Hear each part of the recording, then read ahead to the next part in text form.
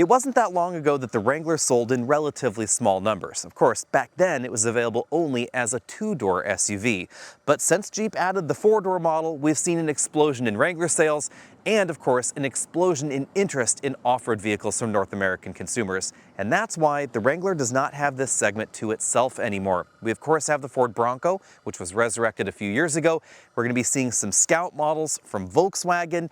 And of course, we have something like the Ineos Grenadier, which, if you squint, could be seen as a competitor to the top-end versions of the Wrangler, although it is significantly more expensive. We're going to talk about all that a little bit later in the video.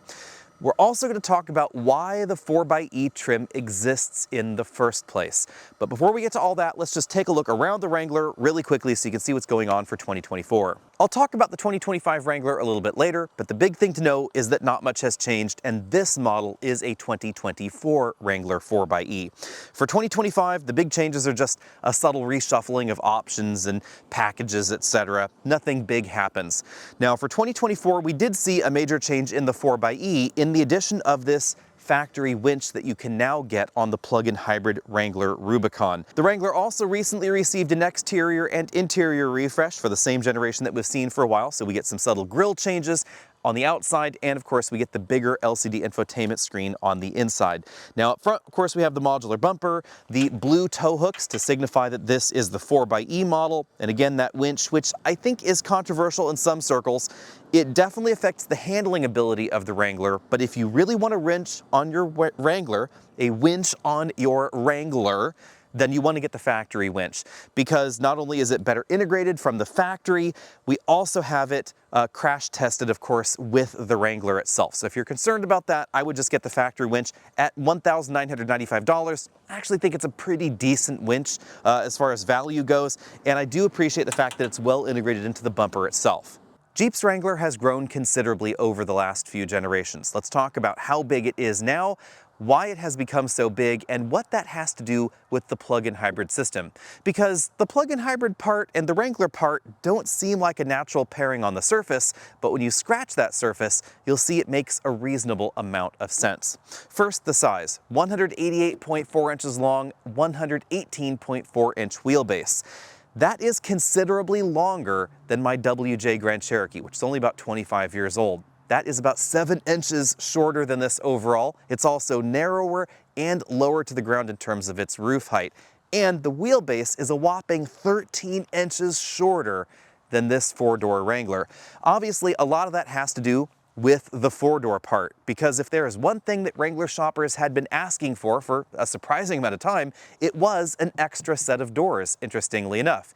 And when Jeep finally gave us a four-door Wrangler Unlimited, Wrangler sales really started to take off in an unprecedented fashion. We saw an absolute explosion in Wrangler sales. And that's when Jeep said, well, I guess we should just give customers what they really wanted, which was kind of a real four-door Jeep with an actual back seat with real room back there. And behold, that is what we have now. And that's also why it stretched out to such enormous proportions. Because of course they still needed to keep the spare tire on the back. They still needed to keep the boxy profile back here for cargo area. They still needed to give us the convertible top, the removable doors, the removable windshield, etc. And they needed to give us room for the engine lineup that they chose to put in this model, including the plug-in hybrid system. Now, that plug-in hybrid system, again, it seems weird for a Wrangler to have a plug-in hybrid, but that's where the corporate average fuel economy standards step in. If you want a deep dive into CAFE and how it has changed America's automotive landscape for the last several decades, let me know down there in the comments section below. I have toyed with the idea of creating that video for a while, but it is kind of a nerdy topic, so I'd love to know what you guys think about that.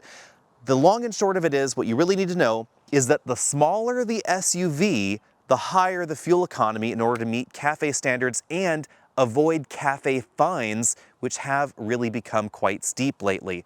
Now, I'm not sure personally if I would get the Rubicon Wrangler 4xe or a different trim, but it's going to depend largely on the kind of off-roading you're doing. We have the full-size spare tire back here. It is a KO2. Those are on this model from the factory. And we also have my favorite roof in the Wrangler, which is the power soft top. I like it because it's the combination of obviously a powered top that is a lot handier than the manual one, but also the soft top experience with the hard top look, because From the side, this looks like it has a hardtop, and we have the swing up glass in the back. I like the touch of practicality with the hardtop, and of course the visuals of the hardtop. It's also going to be a little bit harder for people to break in, unless they look up there, of course, but I do like that combination. If we're talking about comparisons, I still think it's odd that Jeep only gives us one recovery hook back here rather than a second recovery hook on that side, and these are not fully boxed recovery hooks still. So Jeep has opted for more of a claw look than the fully boxed look like we find in the Bronco lineup. We have the backup camera right there in the middle of the spare tire, and then of course you could also use the hitch receiver for a recovery point if you wanted to. In terms of 0 to 60, this is one of the swiftest Wranglers ever built, even though as far as displacement goes, it's actually towards the bottom of the scale. You can still get the 6.4 liter Hemi under this hood if you act fast. We all know that that is sailing off into the sunset sooner rather than later. This 2-liter 4-cylinder turbo produces 270 horsepower, and it's mated to 2 motor generator units. One's attached to the engine and one is inside the transmission housing. The 44 horsepower motor is the one attached to the engine. Its primary purpose is to start the engine when it's stopped and also to generate power when you're parked and whenever it's needed. It can also assist with a little bit of extra torque. It's rated for 44 horsepower, 39 pound-feet of torque. The bigger motor is in the transmission bell housing. It's 134 horsepower, 181 pound-feet of torque, and that's the motor that's responsible for giving this the 375 horsepower and 470 pound-foot of torque combined rating. When everything is working together, you'll also get 20 miles per gallon and an all-electric range of around 22 miles. You'll charge via the little charge door over here that I'm going to show you in a moment, and it'll take, depending on the power source you have available, either all night or just a few hours to charge the battery from 0 to completely full. If you're not interested in the 4xE's electric range, or the very modest bump in real-world fuel economy, or the pretty significant bump in performance, this trick might interest you. You can offboard 3.6 kilowatts of power. We have 2 separate 15 amp 120 volt circuits in this breakout box. Now this breakout box will apparently not work with pre-refreshed Wrangler 4xE's because they did do some architectural changes in order to allow this power output capability. But this is a really cool feature because not only can you plug your Wrangler in and get 22 miles of all electric driving, or a little bit less depending on where you are, more importantly for me, I think, is you can plug things into your Wrangler. And a 15 amp constant circuit is certainly enough to drive a decent number of power tools, saws, air compressors, etc.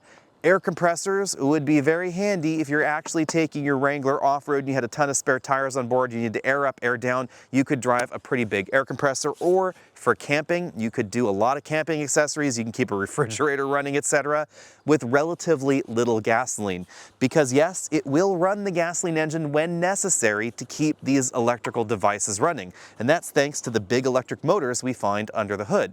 So even if you consume all of the electricity getting to your campsite, of course you had some extra gas as well, you could then keep running your refrigerator or whatever else you wanted to run off the Wrangler. It's going to be awfully quiet because the engine will cycle on, but it's actually not going to be on constantly. It's going to generate power, stuff it into the battery, and then invert your loads here through the J1772 charge port with the engine off, and then of course keep everything charged as it needs to.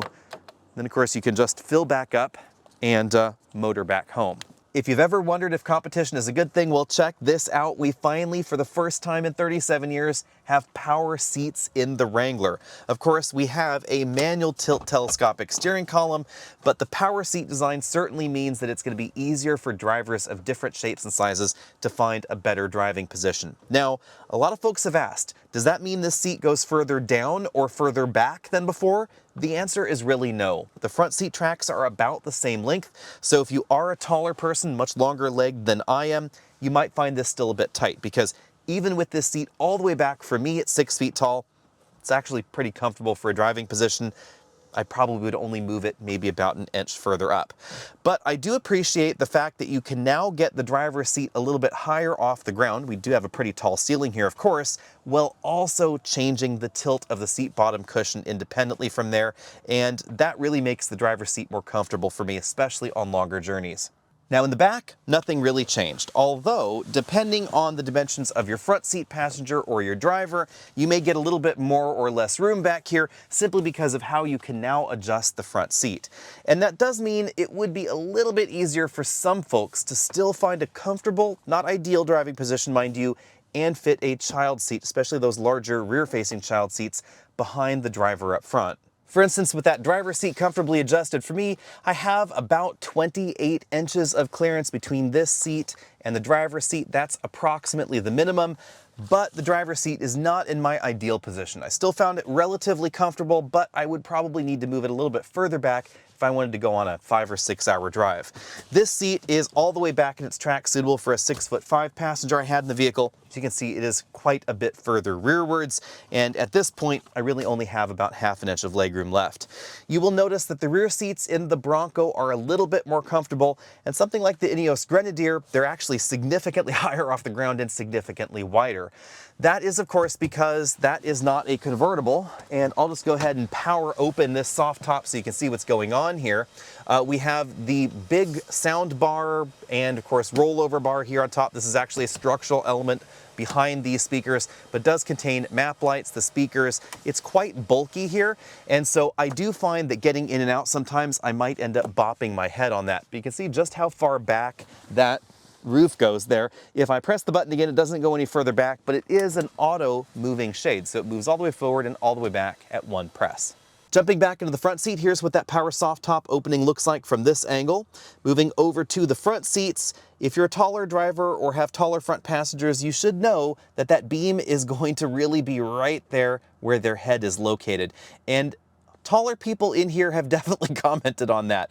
If this seat is all the way back as it is now, and in a comfortable but not overly upright angle, the seat is in kind of a really awkward position because taller people's heads are really going to bop on that plastic. And the canvas top is actually quite a bit higher up than that. Certainly something to keep in mind. We have height adjustable shoulder belts for the driver and front passenger. And the general seat ergonomics have not changed even though they are powered. So more adjustable, we have that 4-way lumbar support, but the core foam and the general shape of the seat bottom cushion, etc., and the bolsters, that has not changed. So if you were not a fan of these seats before, this is not likely to change your mind completely. It's really just a variation on a theme, broadening the appeal but not changing it drastically. The doors also basically the same as before. Since these are removable, lightweighting was important, so that's why we find that fabric webbing down there rather than the more traditional limit monitors or limit management devices indoors. Lots of painted steel showing there, and definitely lightweight construction with things like that net down there. But the doors are still not the lightest, of course, to remove. They take some heft to get out. Moving up to the dashboard, we find a stitched dashboard component. Kind of has a golf ball style texture going on there. Blue stitching since we're in the 4xe model. We have a pretty aggressive handle right here.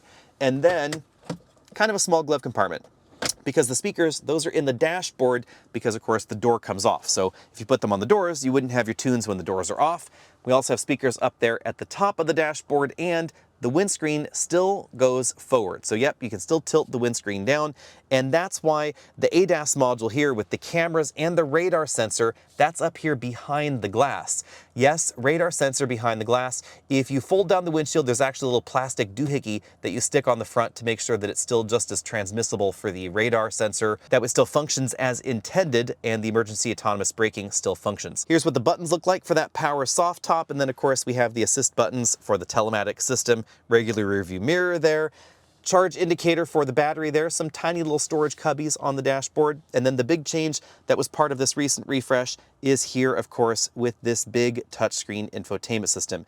It's really, really crisp, nice high-resolution screen. This is something that Jeep and Stellantis have been doing really well. The software is pretty snappy. I like the feature set. You should know, however, that this screen is really, really shiny, so there's not a lot of anti-glare going on here. It does get really bright in sunlight, so even with the top open on a bright day, I had no problem reading the screen, but it was really reflecting a lot of light into my eyes.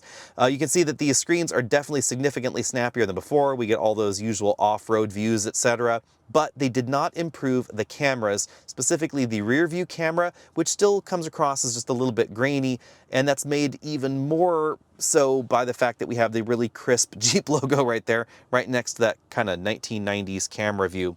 Below that, we get controls for the dual zone automatic climate control, nice thick chunky buttons and knobs, so it's pretty easy to control with your gloves. Below that, 12-volt power port, window switches, auxiliary input, and USB inputs there. Lockers here, this is the button to turn all the lockers off. We then toggle front and rear, or rear only. That's because you're supposed to use them in a progressive fashion, but you should know that you have to be in 4 low to engage the lockers. So no locking in 4 high, or in 4 auto, or in 2 high. I kind of wish there was a bit more flexibility with that, because maybe sometimes you don't want to have to get in 4 low simply to lock the rear, but that's how you have to do it in here. We have the off-road plus mode there, the sway bar disconnect, pretty standard transmission control right there. So down there for the shift, to drive, manual mode's over there, push away from the driver for down, pull towards the driver for up. Over here we have cup holders, nice and large there. In the middle of everything, there's a slot where you can either put the Jeep key or your smartphone, because this little storage cubby right there, it's incredibly shallow. You're not really going to stick a smartphone in there at all. Here we have a manual handbrake, padded center console, 2-tiered storage. Here is where we find the tools to remove the doors and the windscreen there. Kind of handy touch that Jeep gives you that. And then here we have a storage cubby that has a USB interface port in it. That's another way you can act with CarPlay. Or of course, you can go wireless as well. I do like the fact that you can have that port there so that we can stuff your phone in the center console, not have it banging around if you're on the road or off the road. Moving over to the steering wheel, it's a pretty typical Jeep design, nice round wheel, relatively thick, some minor sport grips up top. Controls on the back include track up, down over here on this side, volume up, down on that side. The controls for the adaptive cruise control over here, something you don't find at any price in the Ineos Grenadier. Over here we have the controls for the small multifunction LCD right there between the speedometer and the tachometer. This is still a relatively small LCD, so no big full LCD going on in here, although I do like the crispness of the analog gauges on either side. I think it's a little bit odd to have a power gauge though over there on that side, and a tachometer. This is one of the few hybrids that gives you that twin gauge sort of setup there. If you're operating in electric only mode, obviously the one over here on the right side is going to be doing all the work. If you're in hybrid mode, both of those dials are just going to be kind of doing whatever it is they're doing. Drive mode selections happen over here to the left of the steering wheel. We have the hybrid mode, pretty self-explanatory. Electric mode focuses on electric operation, but doesn't prevent the gasoline engine from starting. If you're too aggressive with the accelerator pedal, it's definitely going to turn that on, or if the battery is too low. E-Save, this is going to either charge the battery or save the battery for later, depending on the setting over here in the infotainment system. So you can choose whether you want battery save or battery charge. Battery is going to charge relatively slowly. The final selection related to the electronic system, or sorry, the eDrive system is down here. This is the Max Regen button. This is going to sort of approximate one-pedal driving. It's going to be a lot more aggressive on throttle lift-off regen, although this still has a blended braking system, so you're still going to command more regen if you put your foot on the brake pedal. Behind the wheel, without a doubt, the first thing I noticed is how much smoother the 4xe system is than when I drove it at the launch a number of years ago. And that's because Jeep has continually refined the software that controls the 8-speed automatic transmission, the clutch, and of course the electric motors, and the way they work in coordination with one another. Now it's still wicked fast. This one went 0 to 60 in 5.6 seconds, so definitely very quick. And of course, you can combine the 4xe system with what I think is my favorite feature in the Wrangler, which has to be the available power soft top. If I were to get a Wrangler, this is exactly the top that I would get. Now you should know that it takes a while for the soft top to open and close, and it's not going to be any quieter inside than if you get the regular soft top in the Wrangler, because it's basically a single layer or approximately single layer soft top. It doesn't have those extra layers of sound insulation that you'd find in a luxury car convertible, but I love the fact that it's available in the Wrangler. Now, back to the rest of the specifications before we get to the feel out on the road. In our 60 to 0 stopping test, it took this model 135 feet to stop from 60 miles an hour to 0. That's definitely on the long side, but you can likely thank the KO2s on this Wrangler Rubicon for that stopping distance, and of course, the added curb weight of the 4xe system.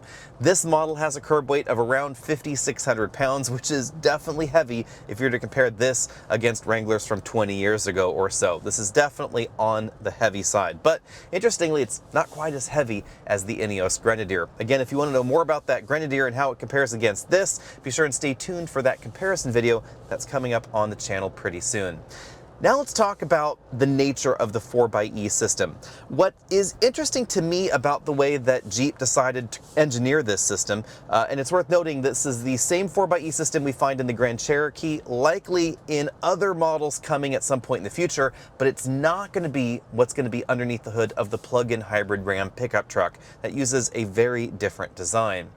What's always interested me about this system is its general design. This is basically the same kind of plug-in hybrid system that we find in a number of Land Rover products, and actually uses the same 8-speed automatic transmission as well. When you start from a stop in hybrid mode, things are surprisingly smooth. Remember, we have that traditional 8-speed automatic transmission.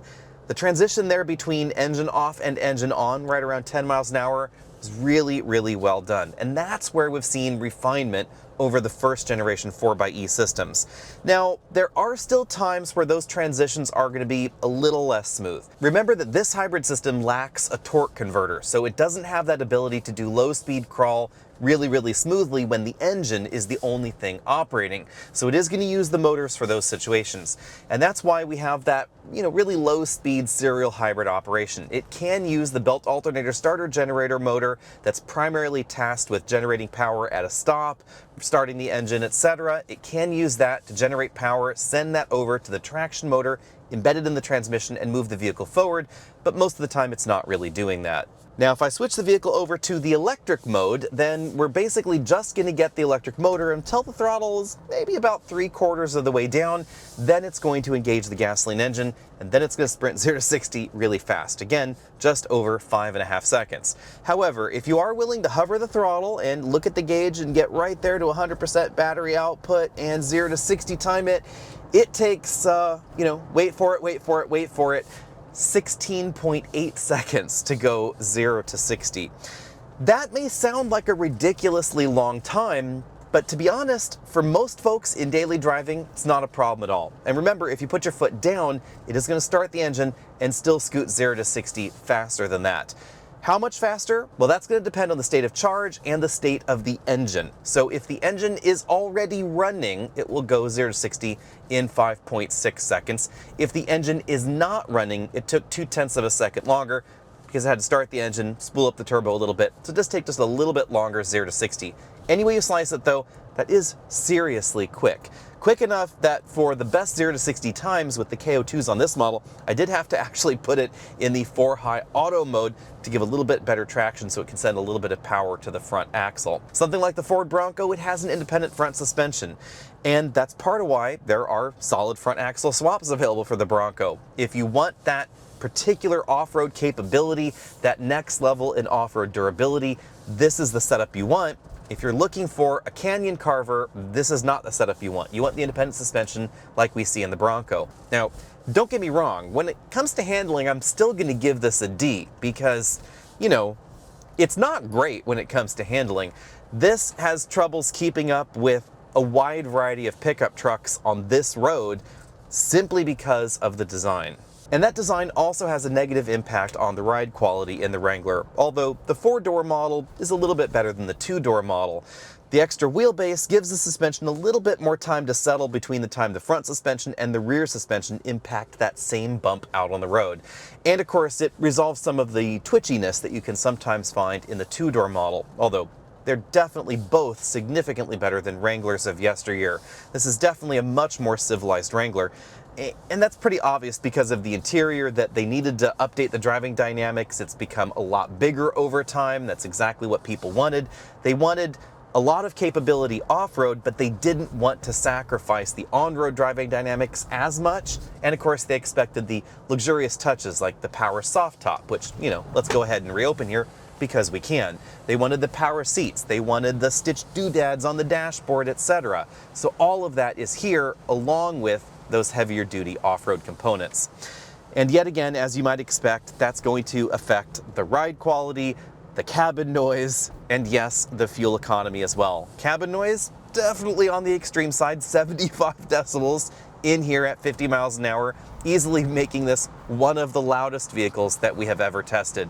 I think a lot of that does have to do with the soft top. This is not as quiet as the hard top Wrangler, so whether you get the manual soft top or the power soft top, cabin noise, it's basically the same. And then of course we have the KO2s, and these KO2s are pretty loud as far as road noise goes. They have improved over time the sound deadening in the wheel wells, so you won't notice as much sound noise in here, as much road noise in here rather, than we found in previous generations of the Wrangler with KO2s, but you know, still going to be quieter in the Sahara trim with those standard tires in that particular model. Fuel economy, this is where things get tricky, and we have to put some asterisks around this because this requires a lot of explanation in the 4xe trim.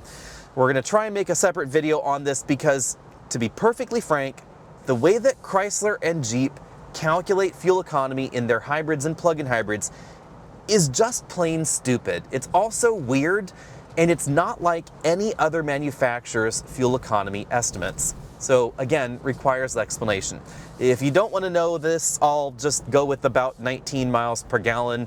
We'll explain on the other side. So here's what happens. For some reason, even if you never charged your Wrangler, when you're operating in electric mode, so you've gone down a hill, you've burnt some gasoline to get up the hill, you're going downhill, you're regenerative braking, and then you're motoring along on electricity only. In that instance, if you were to reset the trip fuel economy and you were to just go down the road electric only in a Chevy Bolt or practically every other plug-in hybrid or hybrid out there, you'd be getting fuel economy of 9,999 miles per gallon, infinite basically, because you've been going miles and you haven't consumed any gasoline. Not so with this. This is going to try and calculate some sort of gasoline operation value out of that. You're going to end up right around 22 to 25 miles per gallon, time after time after time. And that's why the number on the screen is not going to match your real world fuel economy, and it's going to be the reverse of what you'd expect. This is incredibly pessimistic when it comes to the fuel economy estimates. For the first part of our week testing this Wrangler 4xe, I filled the tank completely, drove 200 miles, filled the tank again, and then calculated the fuel economy out. The actual combined fuel economy rating for that weekly test on our usual test loop came in at 24.5 miles per gallon. Actually better than the EPA score for this model. Relatively surprising, but I think that has to do with my mountain commute and the ability of this to regenerate power all the way down the hill and then make use of that extra power versus a normal hybrid. Also, these roads don't have terribly high speed limits.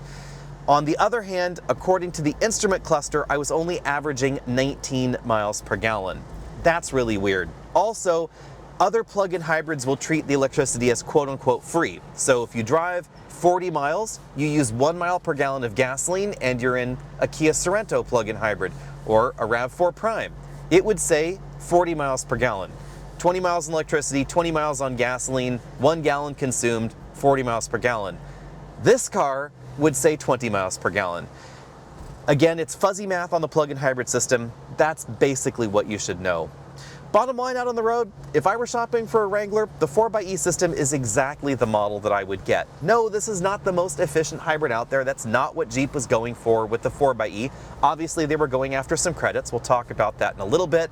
But they were also going after a vehicle that mitigates your fuel consumption. This, of course, gets the tax credit. You can drive it in the carpool lane in some states, solo, kind of handy there.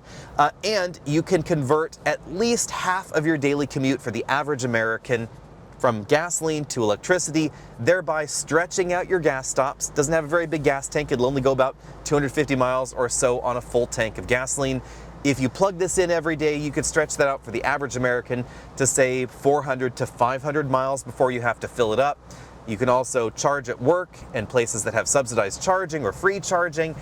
charging at home is probably going to be less expensive than filling this up and running it on gasoline as well. So there's definitely a solid advantage. Then of course, you get the really swift 0 to 60 time, because we get a lot of power out of this plug-in hybrid system, and you also get improved fuel economy even if you're not plugging it in all the time. The exception is highway travel. Real world driving, combined cycle where you're doing a reasonable amount of city driving, slow and go, stop and go driving, this is solidly more efficient. If you're on a road trip, this is no more efficient than the 2-liter turbo in the Wrangler normally, no more efficient than the other engine options. And in fact, out on the open highway, sometimes it can actually be a little bit less efficient because you're lugging around the extra weight of the battery pack. So situations will obviously vary, but on average, on balance, for most Americans, this is going to be the more efficient option.